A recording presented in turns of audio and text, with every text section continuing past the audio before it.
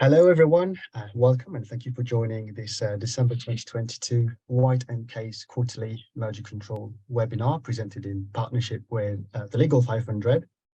My name is Alan Cohen. I'm a researcher at the Legal 500. And before I hand over the webinar to our panelists, I'll give a brief introduction of today's topic.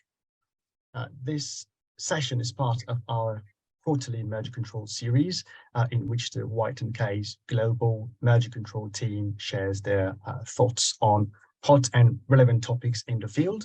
And in this episode, they will discuss regional trends, talk about remedies and give an update of what's happening or has happened in APAC this past quarter. I would also like to introduce Dr. Tilman Kuhn, who will moderate the discussion. Tilman, do you want to say a quick hello so everybody sees who you are? Hi, thank you, Alan, and welcome from my side. Thank you for joining.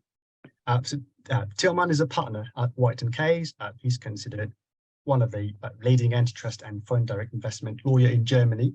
His experience spans across multiple jurisdictions, focusing on merger control and FDI reviews, cartel matters, vertical conduct investigations, dominance matters, and civil and appellate litigation for clients across key industries such as oil and gas, chemicals, pharmaceuticals, consumer product, automotive, and technology, amongst others. I must add that he is a prolific author on antitrust law, so I do encourage you to read his publications, of course. And I'll hand over to you in a moment, Tilman. But before that, I would like to let our audience know that the session is interactive. So if you have any questions at any point, please submit them using the Q&A function at the bottom of your screen, and we'll put them to the panel during the conversation or once the presentation is over. Okay, then, Tilman, I'm handing this over to you now. Please feel free to introduce the topic further and the panelists who are joining us, and get us on the way, really. Thank you very much, Alan. And once again, a warm welcome from all of our White & Case panelists to the audience. Thanks for joining. We have quite some ground to cover in today's webinar, so let's get started. With me are 5 of my partners today. Strati Sakellari-Witt from our Brussels office, Rebecca Farrington from our Washington, D.C. office, Mark Israel from our London office, as well as Stephanie Benson and Belinda Harvey from our Sydney office. What we will cover is, as usual, first a quick recap of the most important developments globally over the last rough quarter. Then Strati, Rebecca, and Mark will focus on recent remedies trends. After that, we will get an update from Belinda and Stephanie on recent developments in Australia and the Asia-Pacific region. And then we'll have a very quick outlook and wrap up and see if there's any questions to be addressed. So starting with recent developments in the EU, I think the most noteworthy updates are that on the 1st of November, the Digital Markets Act, the DMA, entered into force, which now will feature a notification obligation for designated gatekeepers to inform the European Commission of certain transactions in this space, even if they in themselves otherwise would not require any merger filing. Second, the European Commission has launched a public consultation on a revision of its market definition notice. Stakeholders are invited to comment until January 13, and then the notice will be published later in the year. Also in November, the European Parliament adopted the long-awaited foreign subsidies regulation. I encourage everybody who's interested in this topic to read our alert on this. And this regulation will empower the EC to intervene in, for example, transactions of EU companies when they are supported by subsidies from third countries. We had a series of opinions from Advocate General Cocotte in merger-related cases. First, the Towercast opinion, in which she addressed the quite dated Continental Can doctrine. So the question of whether the abuse of dominance provision, Article 102 TFEU, can be used to assess mergers and potentially prohibit mergers after the fact. The recommendations of Advocate General Cocotte to the European Court of Justice are to allow the application of Article 102 to transactions that have not undergone any merger control review, albeit that, of course, the substantive assessment of when does a transaction in itself constitute an abuse of dominance is very scarce and very high level. It should be excluded, though, to apply Article 102 to transactions that have been approved under a merger control regime. Advocate General Kokot also opined on the famous CK Telecoms case, in which the General Court had faulted the European Commission merger veto. And the Advocate General recommends that that judgment be set aside and that the approach that the European Commission had adopted in the prohibition be reinstated. Last but not least, we have new developments under the Commission referral policy under Article 22 of the EU merger regulation. We've reported extensively about the Illumina Grail saga in the last webinar, and there's a new development there as well. But just recently, a couple of days ago, there was another referral initially by Spain, in which a merger filing was required, and then subsequently 12 other jurisdictions joined the referral. And this is the Cochlear Oticon Medical case, a case involving manufacturers of hearing implants. On Illumina Grail, the latest development here, and this is a nice graphic that the European Commission has published as part of its press release on December 5th. The Commission has now issued a statement of objections regarding proposed measures to restore the pre-closing situation. As you may recall, Illumina and Grail had their merger referred to the European Commission, then they closed it, and then afterwards it was prohibited. So regarding this gun jumping or premature closing, the Commission is now seeking restorative measures from the parties. And with that, I'll pass it over to Rebecca to give us an update on what's happened most recently in the US. Thank you, Tilman, and good morning from Washington.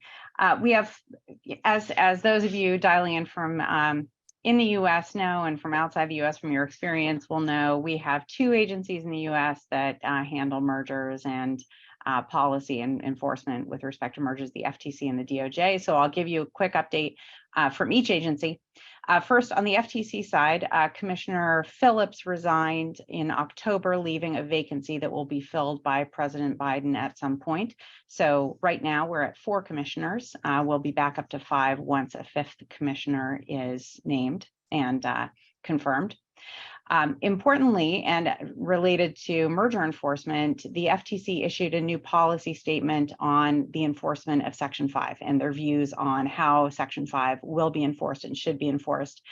Section 5 prevents unfair methods of competition, and this can be used inside and outside the merger context. And we saw a new application of Section 5 just last week with the Microsoft Activision challenge that the FTC filed on Friday, where part of the challenge was under Section 7 of the Clayton Act, but also under Section 5 of the Clayton Act, alleging that Microsoft's ownership of Activision would allow it to withhold or degrade Activision by manipulating Activision's pricing, degrading the quality, and harming rival platforms.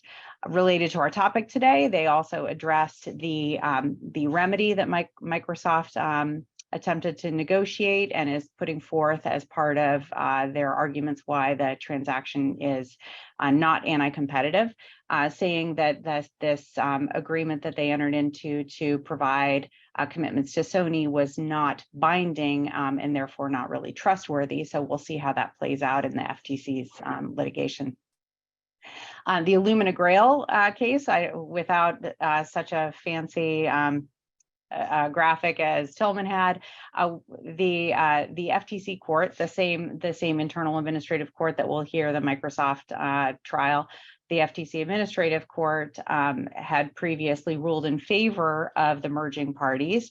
The FTC staff has appealed that decision to the full commission, and the next step is for the full commission to rule on the staff's appeal of that. And that also has a remedy angle, because one of the findings of Judge Chappelle was that the commitments that Illumina had made to continue to provide services and products were sufficient.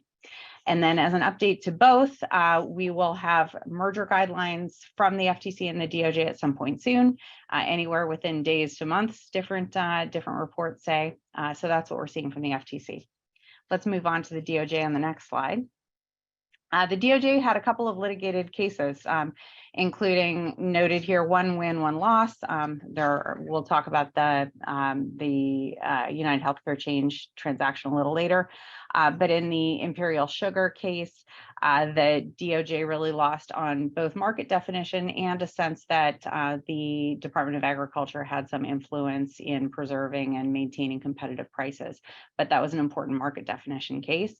The DOJ had a win in the book publishers case, which is part of their new commitment to looking to alternative forms of loss of competition, including compensation here to the highest paid authors. And then finally, outside the merger context, we did see for the first time in 40 years, criminal monopolization charges, one guilty plea and one indictment of 12 individuals in really kind of a more vicious type of organized crime type of factual scenario. But we are seeing actual implementation of Assistant Attorney General Cantor's commitment to bring criminal monopolization claims under Section 2. So back to you, Tillman, for the rest of the world. Thank you very much, Rebecca. And as always, we just pick a couple of selective jurisdictions where there were noteworthy developments or there are noteworthy changes coming up. Start with Canada this time.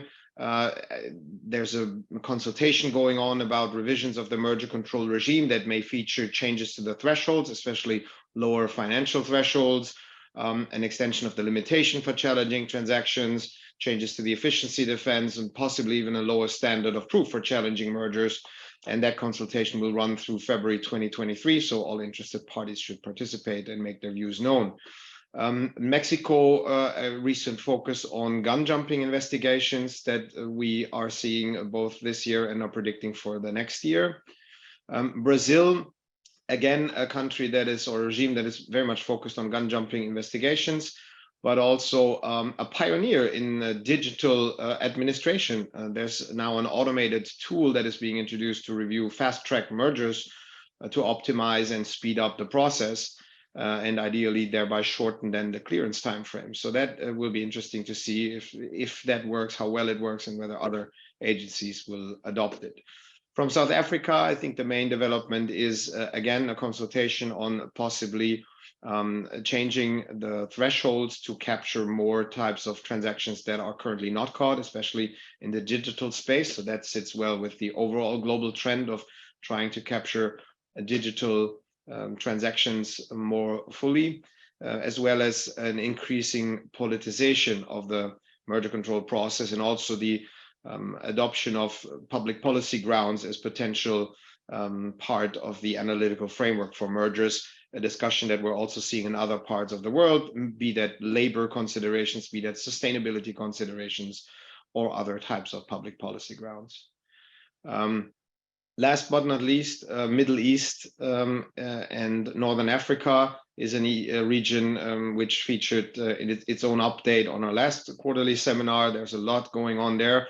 And the most noteworthy development here is, as expected for quite some time, Egypt has now passed an amendment to the competition law, which will turn the Egyptian post-closing filing regime into a pre-closing filing regime. That comes along with increased domestic turnover thresholds. Again, like on basically every development that we're reporting here, there is a White & Case client alert that I would encourage you to read to get a little more detail on these topics. And with that, let's pass it over back to Rebecca on remedies, starting with the US and then EU and UK. Great, thank you, Tillman. Let's go to the first slide. Here we go. So just some general considerations. So the update on remedies is remedies are sort of happening, sort of not happening, and parties are really taking things into their own hands in a lot of cases. What we see is that the DOJ in particular has taken a very strong position against agreed remedies. So the DOJ has said that the best remedy to an anti-competitive transaction is to litigate. and that any kind of remedy has to be absolutely consistent with bringing pre-transaction competition, and they are holding that to a very high standard, and we just have not seen agreed remedies with the DOJ, at least publicly. The FTC has a similarly strong view on remedies and the high standards to which the parties will be held, but they are more open to remedies in sort of traditional industries where remedies seem clean, likely to preserve and enhance competition going forward. And so you see in, say, pharmaceuticals, in oil and gas, we've seen remedies. Now, notably, those now always come with prior approval requirements. So parties going into remedies with the FTC need to know that in agreeing to a remedy with the FTC, they're not only fixing their current transaction, and they'll be able to close their current transaction without litigating, but going forward, future transactions within a certain sphere of relevant competition will have to be subject to prior approval by the FTC, not just Hart-Scott-Rodino, but even approval for transactions that may fall below the HSR threshold. But the structural considerations for both the agencies remain the same, but also exacting. The divested business needs to be standalone, it needs to be complete, and there have to be incentives for the buyer, to the divestiture buyer, to move forward and to run with that business and to really make it as competitive as possible. And that will involve a deep dive into that buyer's incentives, and traditionally has meant that certain buyers are disfavored, such as private equity, where the FTC and the DOJ are suspicious of sort of the complete incentives to compete the business in the manner that the FTC and the DOJ think is appropriate. So let's move to the next slide. So how do you deal with this? Well, fix it very early. One alternative that we're seeing parties consider is to actually either only purchase part of a business, the part that they are most interested in, and the part that does not create a competitive issue, and to really create a clean deal, to split the deal, to have two purchasers so that the transactions being reviewed by the agencies are clean and do not present competitive issues. Another option is to amend the transaction early in the deal, to enter into very early discussions with the DOJ or the FTC, and to amend the agreement with an informal blessing, which then avoids the necessity to go through the full process. That's another strategic consideration. Always identify now under this administration non-antitrust issues. And I say non-antitrust because non-traditional antitrust, the agencies would consider policies, labor issues, environmental concerns to be antitrust issues. And we'll see how that plays out in the new merger guidelines, but consider those issues and remedies. And then finally, litigating the fix. Coming up with your own remedy that you think will withstand federal court review, and entering into an agreement contingent on the closing of the larger transaction and moving forward to litigation to prove that case in court.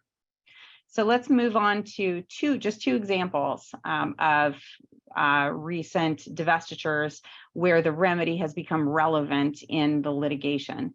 First is the United Healthcare Change Healthcare transaction, which involved vertical issues and horizontal issues. The remedies that were most relevant were in the horizontal sphere, where United Health had agreed to divest Change's claims editing business to TPG, a private equity firm.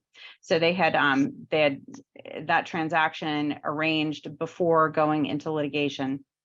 And one of the questions before the court was the standard by which the court should review the overall transaction. The parties argued that the court should look at the transaction as a whole, look at the merging parties together, and look at the divestiture, and look at the state of sort of the before and after. And in the parties' view, this showed that TPG, who testified and provided evidence about their incentives and their desire to move the business going forward, that should be reviewed as a whole. The DOJ argued that the court should first just look at the transaction as it was originally agreed, and then look to see what the effect of the divestiture would be. The district court judge decided it didn't really matter which way he looked at it. The evidence showed that the DOJ didn't meet its burden of proving that the transaction would substantially lessen competition, because the divestiture did resolve the competitive concerns and may, in fact, exceed the current levels of competition. So 2 takeaways among many from this transaction: a fix-it-first strategy can work. The evidence was presented in court, it was credited by the judge, and a private equity fund buyer can be an acceptable divestiture buyer if it meets the criteria, and this stood up in federal court. Let's move to the next example, which is an ongoing matter also in federal court here in DC. The DOJ this fall sued to block basically a door hardware merger, kind of fancy locks and doorknobs. And during the process, one of the things that's interesting, and this deserves a close read of the DOJ's complaint, because the DOJ actually used the evidence of the parties' divestiture negotiations to say that the parties recognized that the transaction was anti-competitive because they had been engaging in divestiture negotiations. And so that, to the DOJ, was evidence that there was something anti-competitive about the merger. The parties had been in discussions over divestitures, but the DOJ sued to block the transaction before those divestitures were finalized. So they were not initially part of the litigation before the court, but now they are, because the parties announced, I think just last week, that they had agreed to sell 2 lock brands to resolve the DOJ's concerns. So now the district court judge has asked the parties to see if they can resolve it separately, and then we'll see where that goes and how the district court judge evaluates that evidence. So let me turn it now to Strati, who will talk about EU remedies. Thanks, Rebecca. And the environment is unfortunately equally tough in the EU. And I will walk you through 3 main trends that we see in the EU in relation to remedies. The first, and possibly one of the most significant recent developments, is that the European Commission, in the context of remedies, would always now ask for an upfront buyer requirement. And as a reminder, the difference between an upfront buyer procedure and a standard procedure is that under the upfront buyer procedure, the main transaction cannot close until the remedy deal is signed and the buyer has been approved by the European Commission. What does this mean in practice? Is that we can add an average of an additional 6 months to timing before closing. And looking at the statistics, we'll see that in around half of all phase 2 commitments decisions rendered between 2014 and 2021, half of them contained upfront buyer provisions. And in 2022 alone, 80% of the cases resolved with remedies, be it phase 1 or phase 2, had an upfront buyer requirement. So in general, the Commission would say that they would require an upfront buyer requirement in 3 scenarios. When the merging parties might have difficulty in finding a suitable purchaser within a short period from the clearance. Second, if there are risks around preserving the competitiveness or the sellability of the business between clearance of the main transaction and closing of the remedy deal. And third, when although the merging parties have identified a remedy purchaser before clearance, it is unclear when and whether the remedy transaction will be completed. And this happens often when the remedy deal requires a lengthy merger review process or a lengthy foreign investment approval process. For example, this could apply when it comes to Chinese buyers, who are often subject to stricter FDI requirements. So overall, we do expect the trend to continue and the European Commission continuing asking for upfront buyers, because obviously this gives the Commission comfort of avoiding failed remedies and puts the remedy implementation risk on the merging parties as opposed to the Commission. Specifically in relation to PE firms as upfront buyers, and Rebecca touched upon that as well, the EC is also reluctant to accept them, especially when they do not have a portfolio company with sufficient industry experience in the sector where the divestment business is active. In general, since the Nidec Whirlpool transaction, pure PE firms will normally not be considered as suitable in complex industrial sectors that require industry-specific expertise. And so we have seen that recently in Linde Praxair and also Ball Rexam, the combination of PE, even with experienced management teams in the industry veterans, for example, was rejected. And in some cases, especially pharma cases like Takeda Shire, they see even imposed sector-specific buyer suitability requirements in the commitments on top of the standard suitability requirements for buyers, which meant that PE firms were excluded from the outset. And this is, as you can see on the slide, reflected in the statistics, where we have 80% of the cases cleared with remedies in the past 4 years, with an industrial player as the remedy taker. Next slide, please. The second trend that I wanted to talk about is the European Commission's continued preference for structural remedies. Rebecca touched upon that as well. For the European Commission, it is clear that divestiture and structural commitments are considered the best way to solve competition concerns. And generally, the sale of a standalone business is what the Commission would prefer. Behavioral remedies, meaning commitments regarding price, quality, or choice of contractual partners or provision of access, are usually acceptable only in exceptional circumstances. And again, looking at the statistics and the pie charts on the slide, we see that 85% of the transactions cleared with commitments since January 2019 involved structural remedies or a combination of structural and behavioral remedies. That said, we have lately seen a number of behavioral remedies being accepted, especially in the context of non-horizontal cases. So where we have vertical or conglomerate concerns. And you'll see here at the table at the bottom right that there have been a number of cases where we had access remedies. For example, in Meta Customer recently, the remedy consisted in providing access to Meta's application programming interface for SRM providers to be able to work with the WhatsApp and Instagram and Facebook data of Meta to come up with their solution that competed with customers. That access remedy is running for 10 years, which is much longer than the standard the European Commission used to have, which was about 5 years. But we see that more and more this 10-year commitment now in this type of cases. And Google Fitbit is another good example where we have a combination of different types of behavioral remedies. So we have preclusion of access by Google online ads to Fitbit's data. We have Fitbit's web API being made accessible to API users. And finally, a commitment by Google to make available its core interoperability APIs without discriminating against competing wrist-worn wearables OEMs.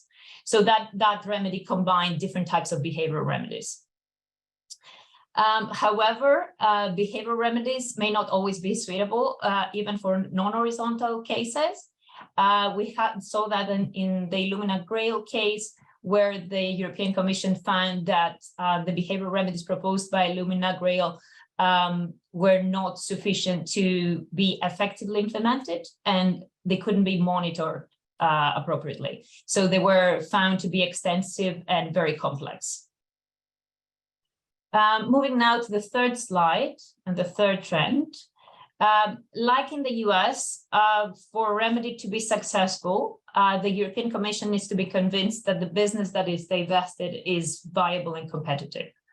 And as a general point, commitments should be sufficient to remove the full concern that has been identified, not just an overlap if it's horizontal, but if there are vertical concerns, the vertical concerns need to be removed.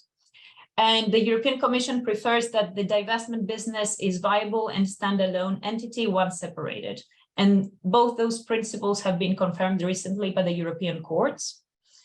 In the context of the judgments tested before the European courts recently, and you can see those on the slide, it was confirmed that if the business is not fully viable, the potential solution could be a fix-it-first remedy, where basically we have the signing of the remedy deal and the approval of the buyer before clearance. And that helps to review that as a whole and see this as a viable business together with a specific purchaser. but an upfront buyer requirement would just not do, because that signing of the remedy deals comes post-clearance. And finally, what we have seen recently in the context of global deals is that the divestment package may be even broader than the identified competition concerns by the European Commission.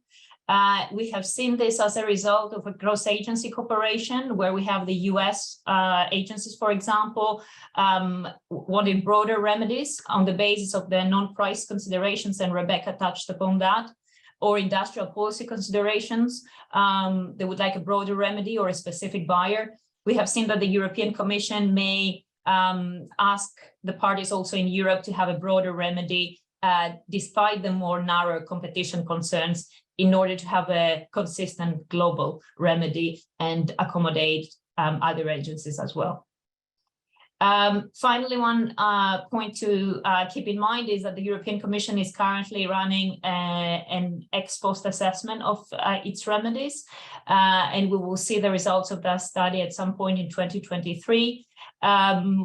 We understand that companies have already started receiving questionnaires in relation to remedies that were imposed on them 10 years ago. So it would be interesting to see that the result of that assessment.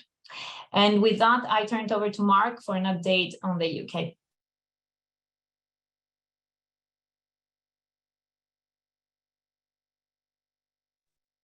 Thank you, Strati. Sorry, just coming off mute. Okay. I was going to intervene. Okay, you're welcome. Go ahead, please. Thanks. I mean, it won't surprise many of you listening to hear that many of the themes are similar, even though the processes might be different, and there is coordination amongst all the various antitrust agencies. Although, because each one does its own investigation, you can end up with different results. So this first slide shows some remedy statistics in the UK.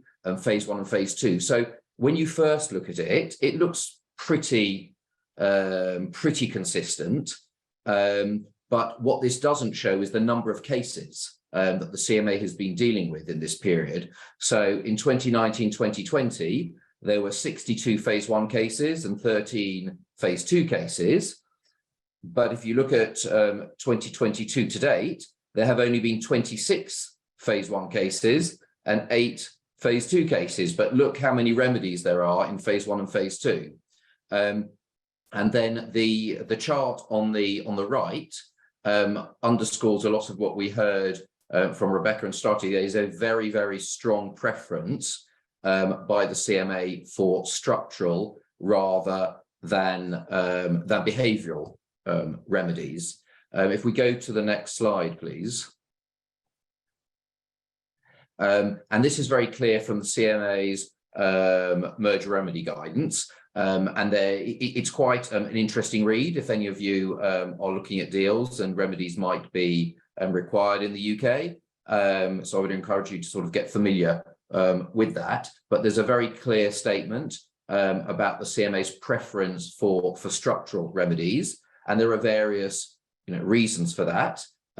In particular, they're clear-cut. They don't need any monitoring, ongoing monitoring, which can be difficult, expensive, markets can change, whereas obviously a structural divestment is quick, relatively quick at least, and clear-cut. But notwithstanding this comment on this slide, the CMA does say something about behavioural remedies and that they will look at them if they are proportionate and appropriate in certain cases. And the real reason they don't like them is that whereas a structural remedy will address the problem that they have identified, in the terms of the legislation, the substantial lessening of competition, a behavioural remedy typically doesn't address the source of the problem, but it just seeks to mitigate its effects by certain conduct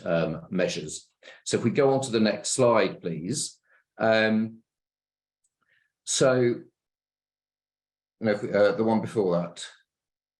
Yeah, thank you. so there haven't been very many behavioural cases, but I'll talk very, very quickly about these two. So in Bauer Media, which was in 2020, the CMA considered that a structural remedy wouldn't really work, and it referred several times to the unusual nature of this case. And in particular, this was to do with providing services to independent local radio stations to sell advertising. And they feared that even if they ordered a divestment, that there wouldn't be a buyer that would have a sufficient incentive to keep that part of the business going. It was a small part of the business. And what may be relevant here is many of you will be aware that in the UK, there's no requirement to seek prior approval for mergers.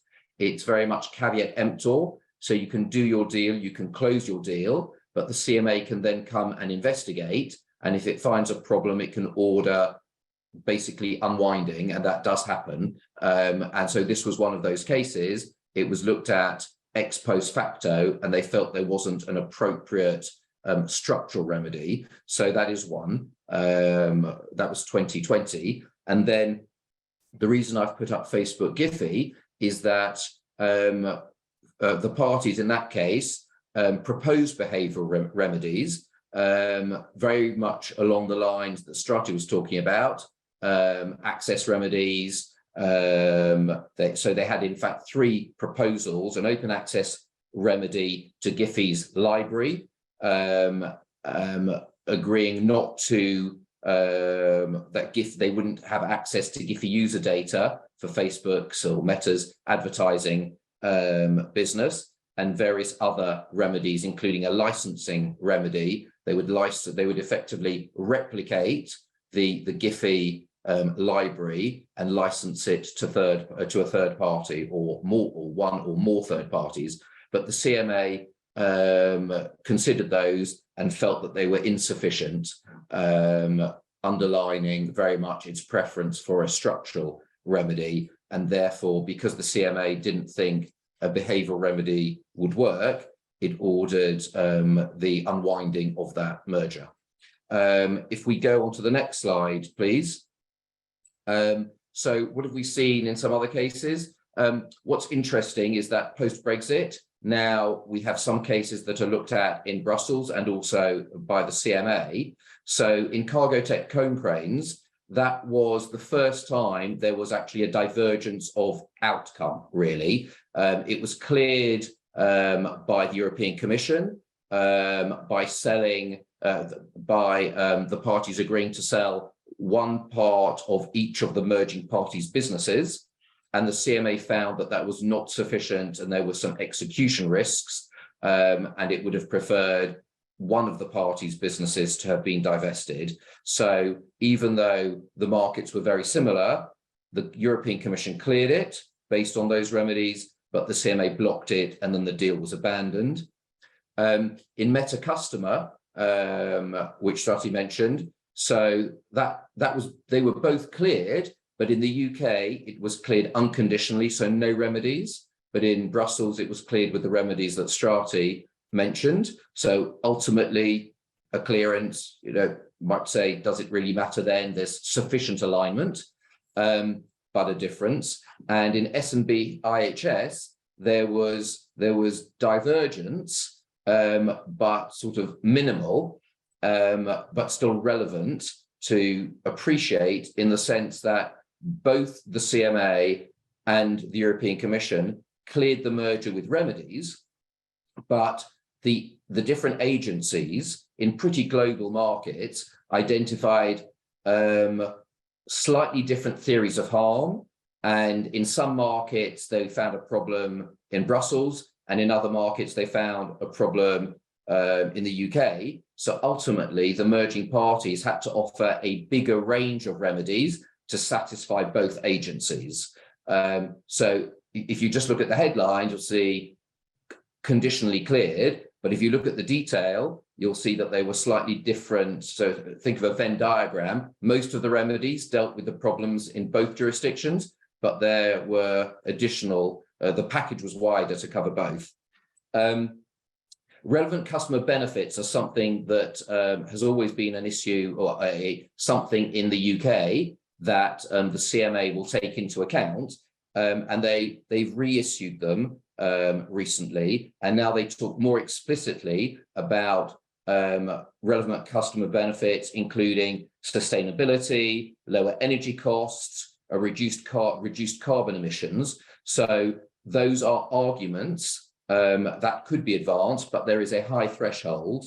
And one of the interesting facts about relevant customer benefits is for the CMA to accept them, they do not need to be in the market where there is a problem. They could actually be in a different market, and also they can be for future customers. There's a fast track process. So if you know there's going to be a problem, you can just offer, you say, I'm going to offer remedies now. So that's been used recently in 2022 in those two cases.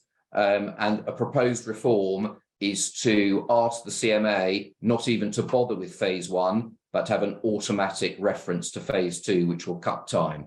So if we go to the next slide, well, that is the last. Well, so the key takeaways from the remedies discussion, when you're thinking of doing a deal, is things are taking longer now. So you need to identify potential remedy alternatives right at the outset. Think about fix it first because of the increasing requirement for upfront buyers, and maybe think about doing a deal before even going to the agencies, so that there isn't a problem anymore, and thinking about how these things need to be reflected in the transaction documents, particularly in terms of time frame, obligations. Is there a hell or high water? Particularly in an environment where it is getting tougher. So as a buyer, you need to think very carefully about whether you're willing to give a hell or high water commitment, and think about how the discussions are going to impact closing. So think about the issues and the potential remedies right at the outset, and that's the best way through this process. Thanks, Mark. Then let's move to Australia.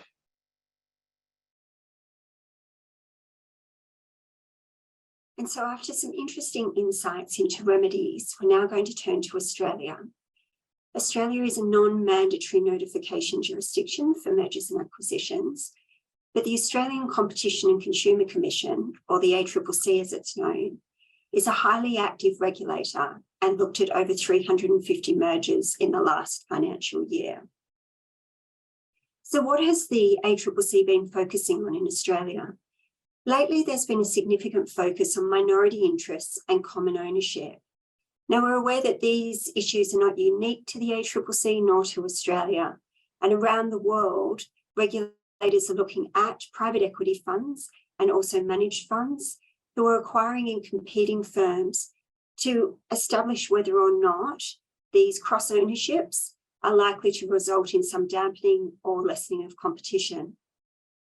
This has been most evident recently in Australia in a transaction where Sydney Aviation Alliance was looking to acquire Sydney Airport. The ACCC was initially concerned in this transaction that the proposed acquisition could, due to the cross ownership, have some substantial lessening of competition between the airports.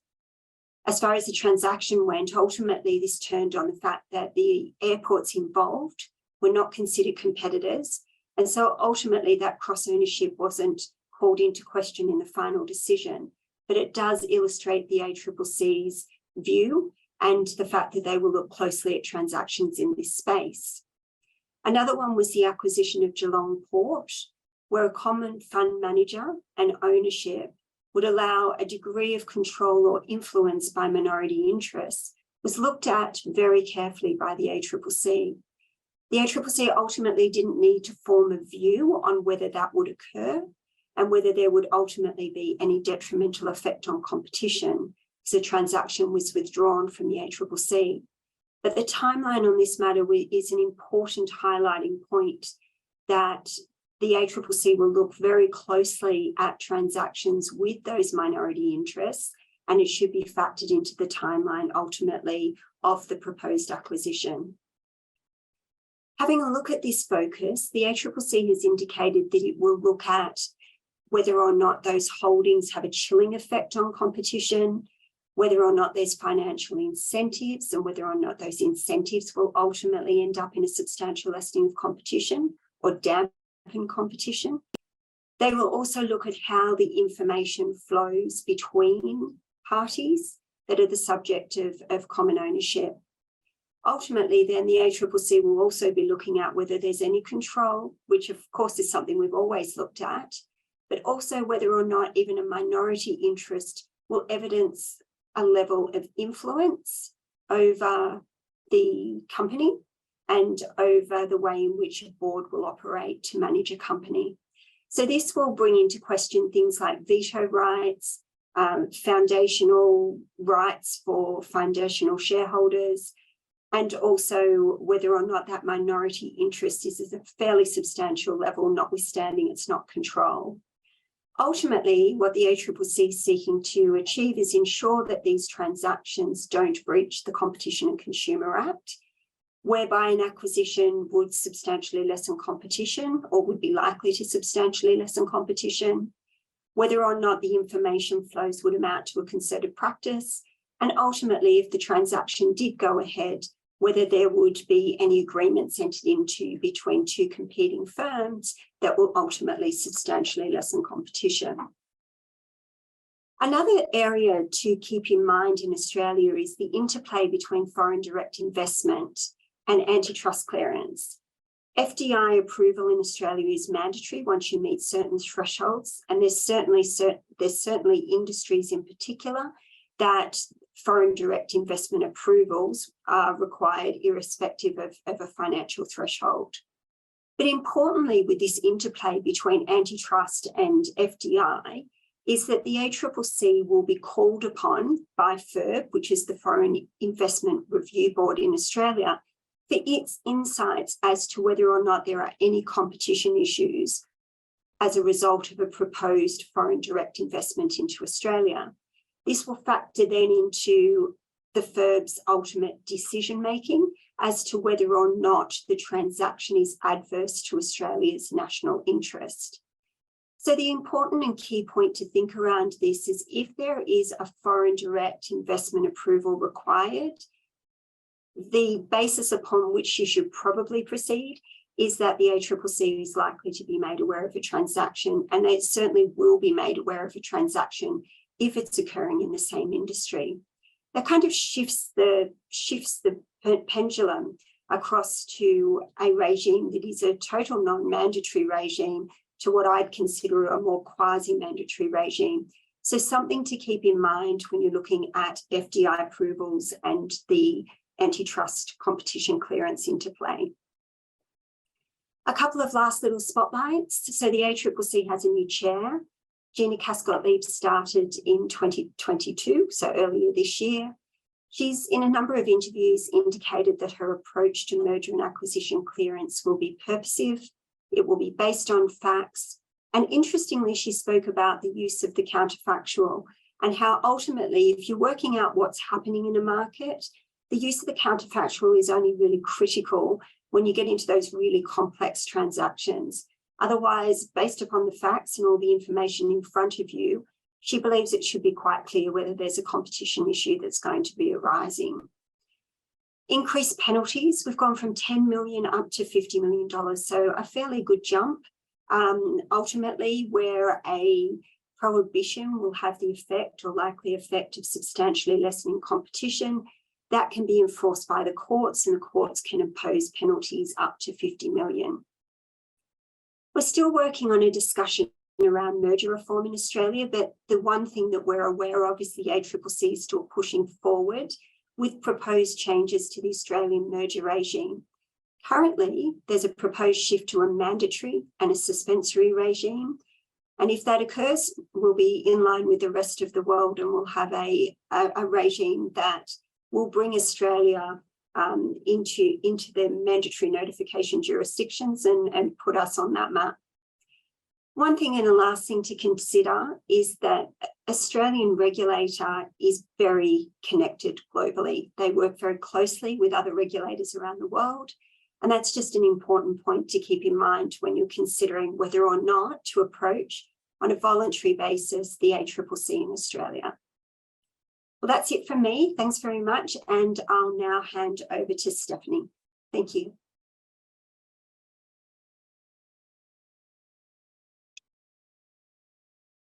There have been a number of recent developments in APAC merger control.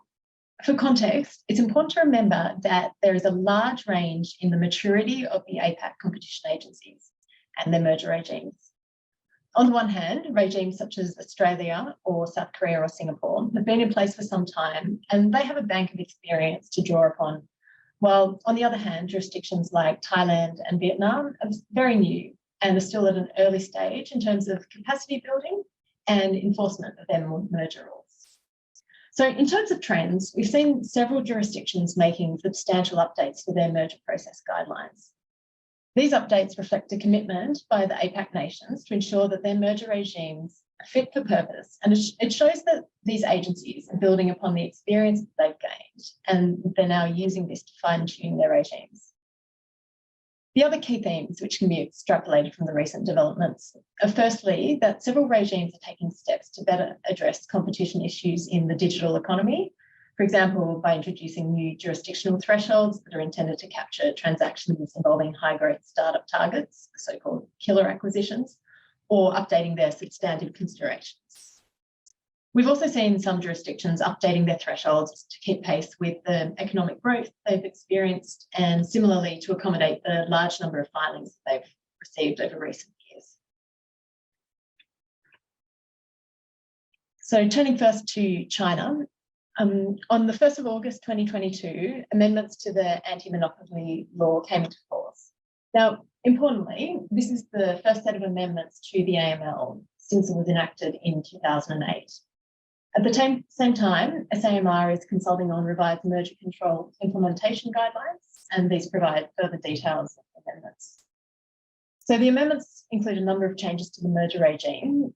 They formalise SAMR's ability to call in transactions which fall below the thresholds, but are viewed as having the potential to eliminate or restrict competition. And this amendment is set to ensure that acquisitions of startups, again, the so-called killer acquisitions, can be reviewed.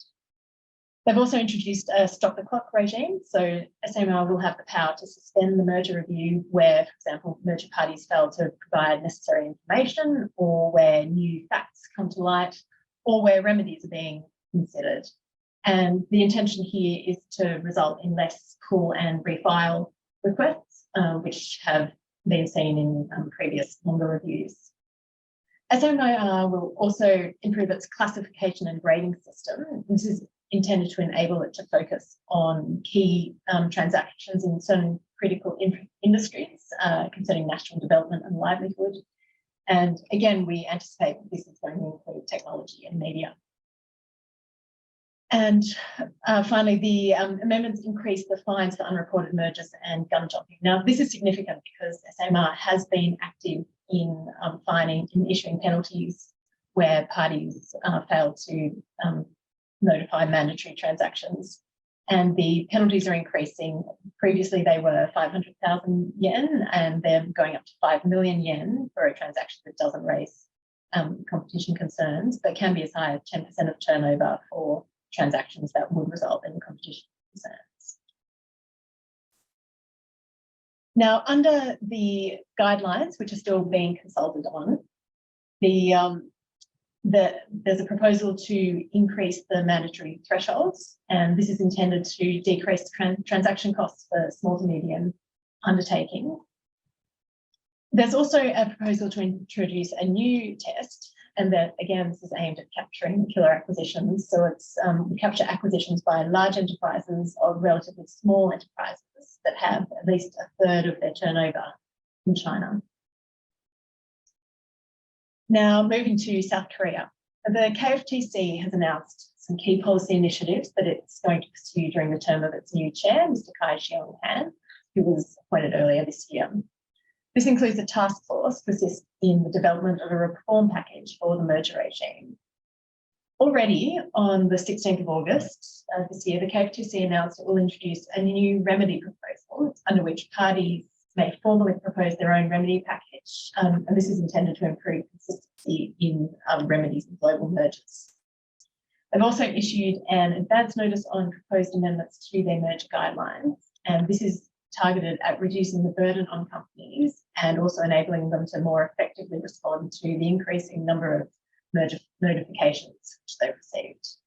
And this is going to include by allowing a simplified review for more types of filings, including foreign-to-foreign transactions that have no impact on South Korea, and also transactions that are undertaken for purely investment purposes.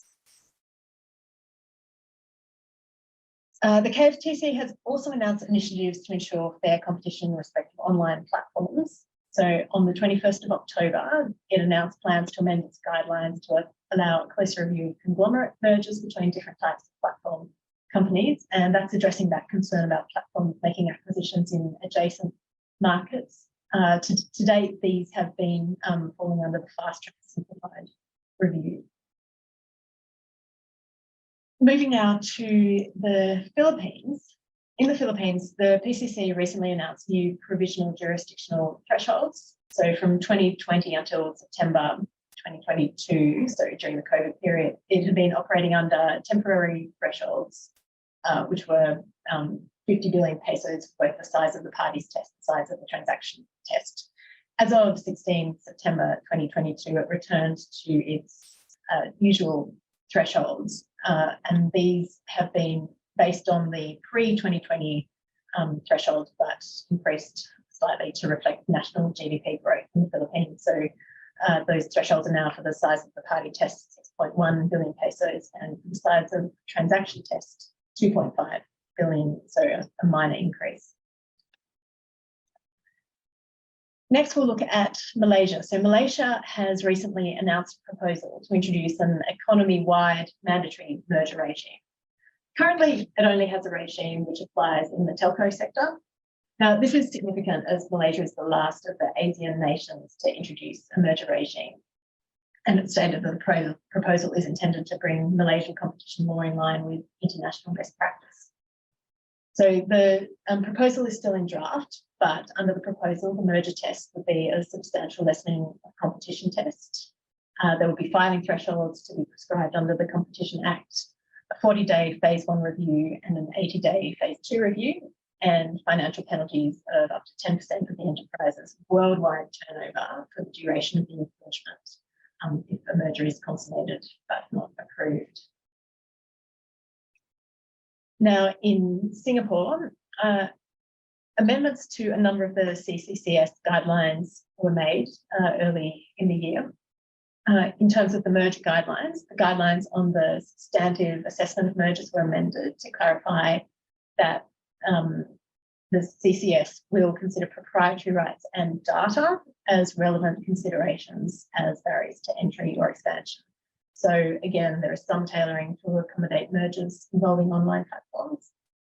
And the guidelines on merger procedures was also amended to reflect current CCCS practices. And lastly, Japan. In June 2022, the JFTC issued guidelines regarding the submission of internal documents in business combination reviews. And these guidelines indicate that the JFTC may now be more likely to request internal documents as part of its review of merger transactions. And it indicates that the JFTC's intention is to align with international practices. Importantly, Japan doesn't have the same concept of privilege as other jurisdictions. So this development is likely to present some unique challenges to merger parties and also their advisors.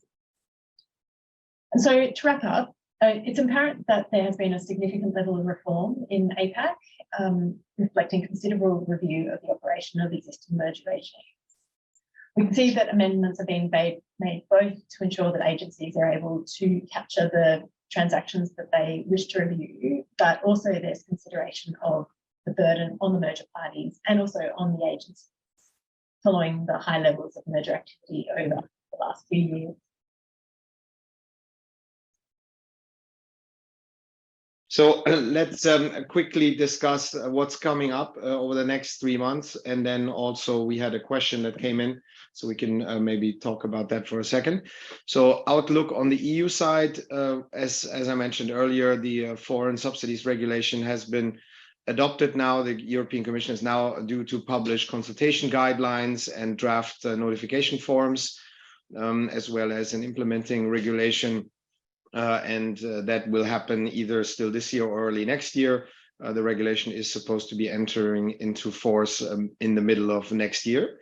We will also wrap up the consultation on the market definition notice. It was initially scheduled to be adopted in the first quarter of next year, but we now hear it's likely going to be a bit delayed and will then be adopted later in 2023. We will probably see now then the final decision of the restorative measures to be adopted in the Illumina Grail case. As we mentioned earlier, the statement of objections has been issued. So the parties will answer, will have possibly hearing, and then we'll have a final decision. We may well see the judgments in CK Telecoms and in Towercast, and then we also will see the merger simplification package be implemented in the second quarter of 2023. Rebecca, on the US? Sure, just a couple of things on the US. We do expect the new merger guidelines to come out very soon. Those should be comprehensive and the subject of a lot of discussion, and I would not be surprised if we have a special session just on that, so stay tuned. We may also see legislation. We had an election recently. We'll see what kind of bipartisan work there continues to be on some of the proposals in Congress related to certain industries, in particular tech. We'll see where that goes. So stay tuned on that. And then finally, the Section 5 policy statement just came out. We will see how that plays out in cases, including the Microsoft case and others, where the FTC determines how to use its enforcement powers under Section 5 outside of the traditional scope of its Section 7 review. Then I think back to you, Tillman, just for our closing. Yeah, thank you very much. And I think the questions were answered in the chat. So thank you for sending those through, and hopefully you're happy with the responses. Otherwise, you know where to find us. Very happy to address any additional questions. I think I personally learned a lot. So thank you very much to my fellow panelists here on remedies, and sorry for the technical issue. In our rehearsal, it worked perfectly, but somehow, it didn't right now. So it will be available in the recording, a really, really great update from Belinda and Stephanie on Australia and Asia Pacific. And then I hope you will join us again for our next webinar, which will be sometime in March, and we will publish the date and send out the invites once we're ready. Thank you very much, and back to you, Alan. Absolutely. Well, look, I could hear the recording, but not in return, so I don't know what happened there. So apologies again. We will definitely include this when we edit the video. Thank you very much. I agree that was remarkably interesting. It was very useful. A huge thank you to White & Case and to you, Tillman, to Rebecca, Stephanie, Strati, and Mark, and to the audience, of course. As you said, Tillman, if people have further questions, please do contact the panelists at White & Case, and I do hope to see everyone at another webinar shortly. Goodbye.